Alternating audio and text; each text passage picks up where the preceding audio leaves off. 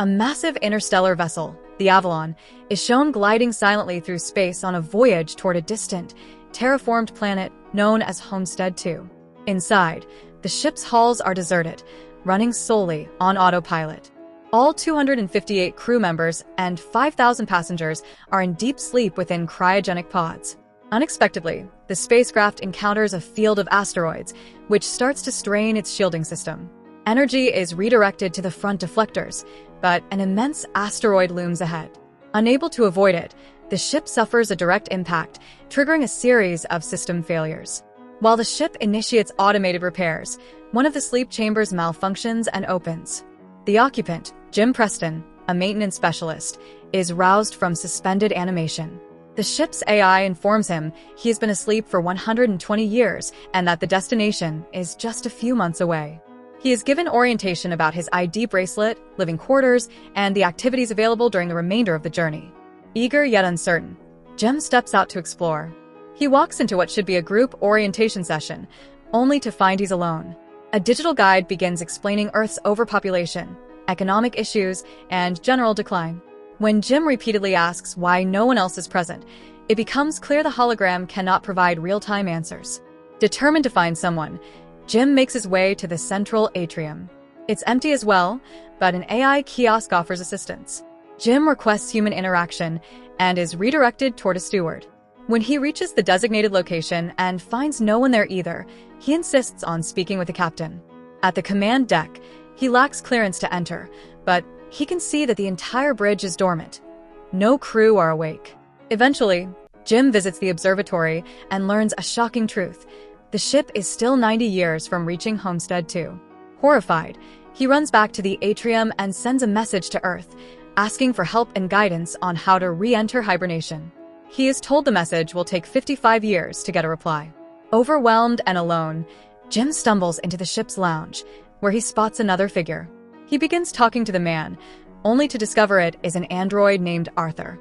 Though friendly, Arthur cannot comprehend how Jim woke prematurely. Jim returns to his quarters and later heads to the dining hall, where he quickly finds out that most of the luxuries are restricted to premium-class travelers. He settles for a basic coffee and turns his attention to repairing his cryopod. After gathering the necessary tools, he manages to reactivate the pod and climbs in, only for nothing to happen. He then attempts to access the crew's hibernation systems, but to no avail. Minor issues continue cropping up across the ship. Jim repeatedly returns to the lounge to talk with Arthur and drink, gradually sinking into despair. Eventually, the android suggests he try to enjoy himself. Jim takes the advice and breaks into a luxury suite. He samples fine dining, explores entertainment zones, and indulges in the vessel's amenities. But despite all the distractions, isolation continues to wear on him. One evening, intoxicated and wandering the cryo deck, Jim discovers a section with EVA suits and a nearby airlock. He suits up, steps into the chamber, and activates the controls to open the outer hatch. Once outside the spacecraft, Jim is overwhelmed by the breathtaking view of the cosmos. At that moment, he is the only conscious human experiencing it. He disengages the magnetic grips on his boots and allows himself to float freely in the vast emptiness of space, lost in sorrow. After a while, he returns to the ship, removes his suit, but soon heads back to the airlock, this time without any gear. He prepares to open the chamber, contemplating ending it all. However, at the very last second, he changes his mind, rushes back inside, and slips on a discarded bottle. After pulling himself up, his eyes land on a woman still asleep in one of the cryogenic units. Her name is Aurora. Intrigued, he looks up her passenger profile and listens to her recorded interview. Something about her captivates him deeply. Later, he's shown sitting beside her pod, still playing her interviews. At the ship's bar, he discusses her writing with Arthur, the android bartender, while reading one of her articles. Jim becomes fixated on the cruel twist of fate he's living, setting out for a fresh start on a new world, waking far too early, and then finding someone he feels a connection with, someone still out of reach. The thought of waking her begins to consume him. He confides in Arthur, trying to explain the ethical dilemma, but the android struggles to grasp the emotional complexity. Initially, Jim decides not to disturb her sleep, but as time drags on, loneliness wears him down. Eventually, he gives in. He manages to override the system and awaken Aurora. As she goes through the disorientation and orientation process he once experienced, Jim quietly slips away to his quarters. Not long afterward, he heads to the main atrium, hoping to see her. She's there, just as disoriented and confused as he had been. Jim tells her that they're the only two people awake and brings her to the observation deck. He explains that access to the crew and the main systems is restricted. Aurora panics and asks to return to her pod. When they arrive, Jim confesses that there's no technology on board that can put them back into hibernation. They're stuck. They return to the atrium, and Jim advises her to rest and recover. Aurora expresses sympathy, realizing he spent over a year alone. Jim later returns to the bar, riddled with guilt, and begs Arthur to keep his secret, that he was the one who woke her up. The next morning, Aurora visits the atrium and questions the information terminal about the hibernation units. Jim joins her, and they go to have breakfast. As they leave, the info kiosk glitches momentarily. In the dining area, Aurora notes that Jim has been eating the same basic meal for over a year and surprises him with a selection from the luxury menu. The two discuss potential solutions, including fixing the pods. Unlike Jim, Aurora isn't ready to accept their fate. She searches the medical bay, combs through technical records, and eventually tries to force her way into the restricted crew quarters in hopes of finding a solution. Meanwhile, Jim observes more systems beginning to malfunction across the ship. Some time passes, and Aurora grows increasingly contemplative about her situation aboard the Avalon.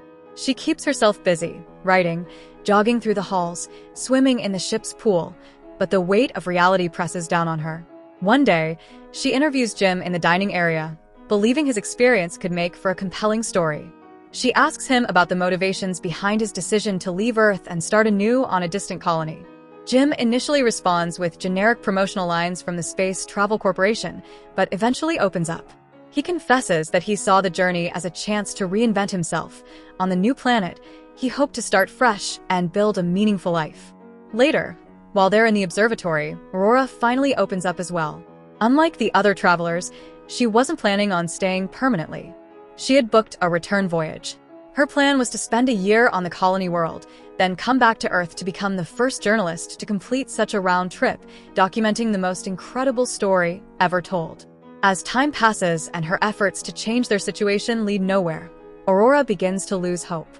Jim, determined to lift her spirits, plans a series of surprises.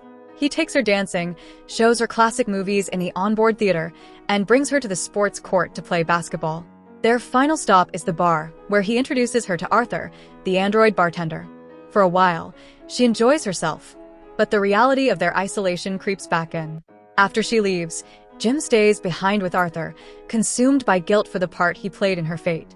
Later, he's seen building something. Aurora walks into the observatory and discovers a small-scale replica of the Chrysler building, crafted by Jim as a gift for her. Some time later, they share a romantic evening at the bar, exchanging stories over dinner. Aurora tells Jim about losing her father during her teenage years.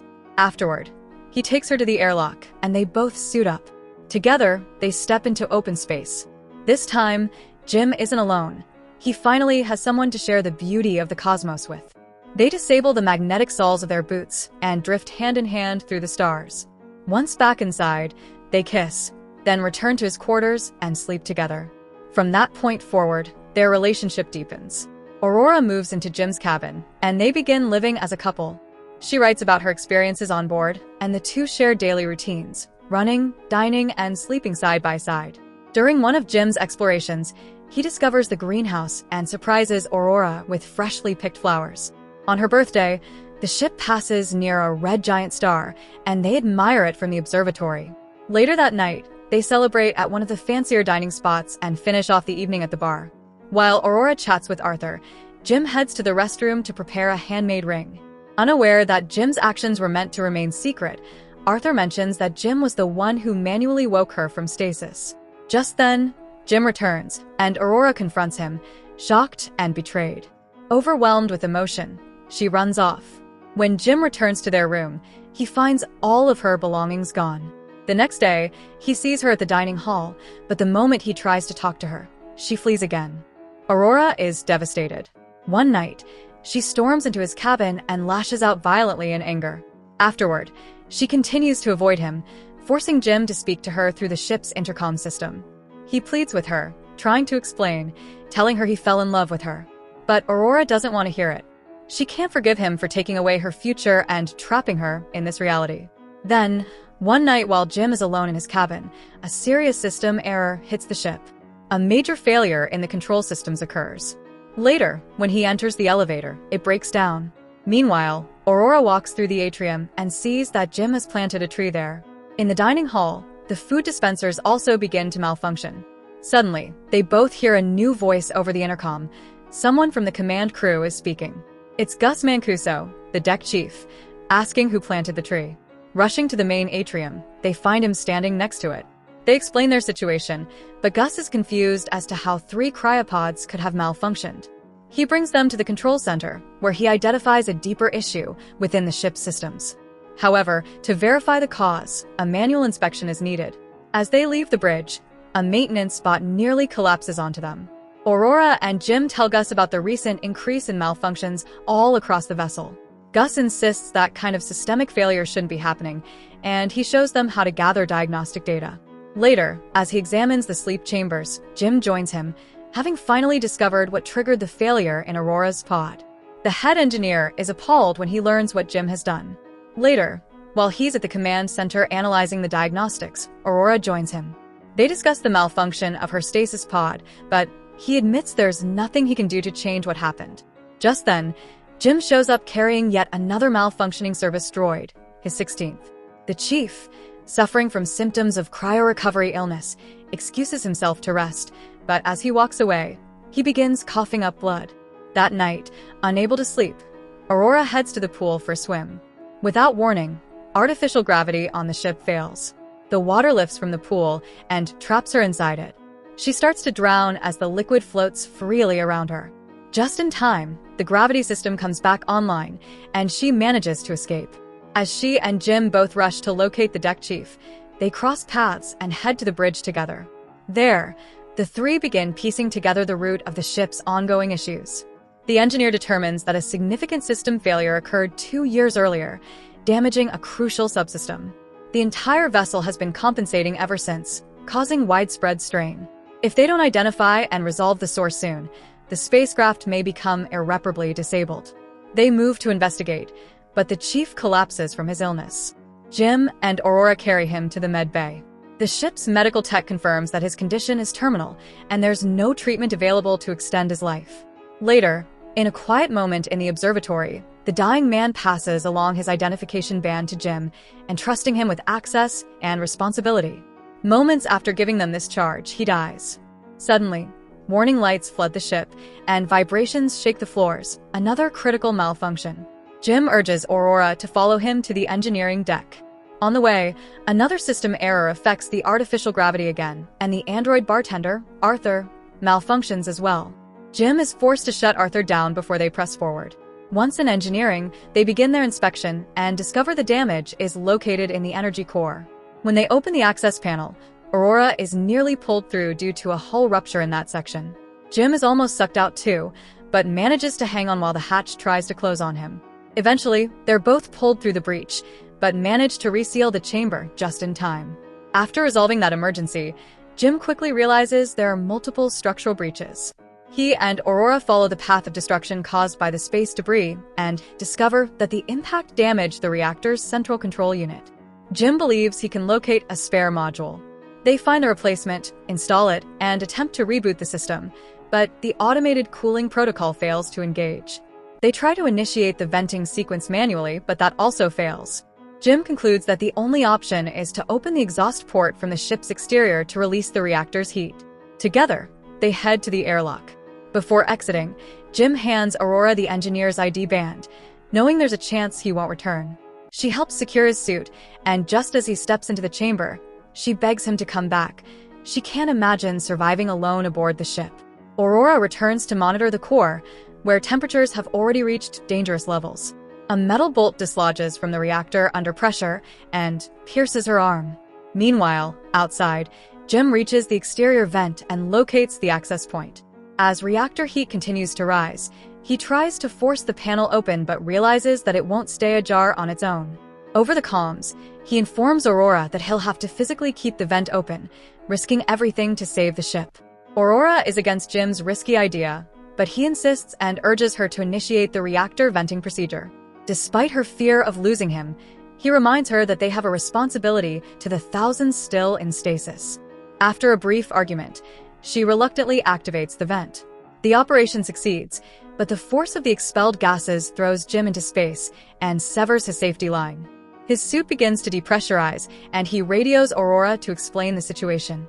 She immediately springs into action, racing to find another EVA suit so she can go after him. While getting ready, he offers a final apology. Aurora exits the ship in pursuit, but her tether doesn't reach far enough. Just as she's being pulled back, she manages to grab onto the end of Jim's severed line and pulls him in.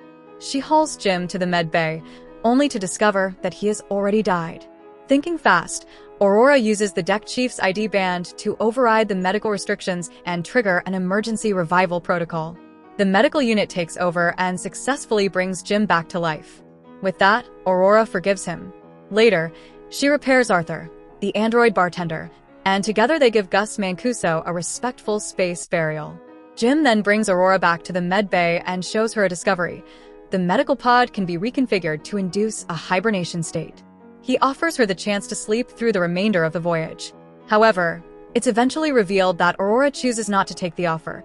She decides to remain awake and live the rest of her life with Jim aboard the vessel. Nearly 9 decades later, the starship Avalon finally reaches its destination, Homestead 2. As the crew awakens, they find the ship transformed in ways they didn't anticipate. A recorded message from Aurora is left behind, recounting the story of the life she and Jim built together while the rest of the passengers and crew were still in suspended sleep. Thanks for sticking around until the end. Your support means everything.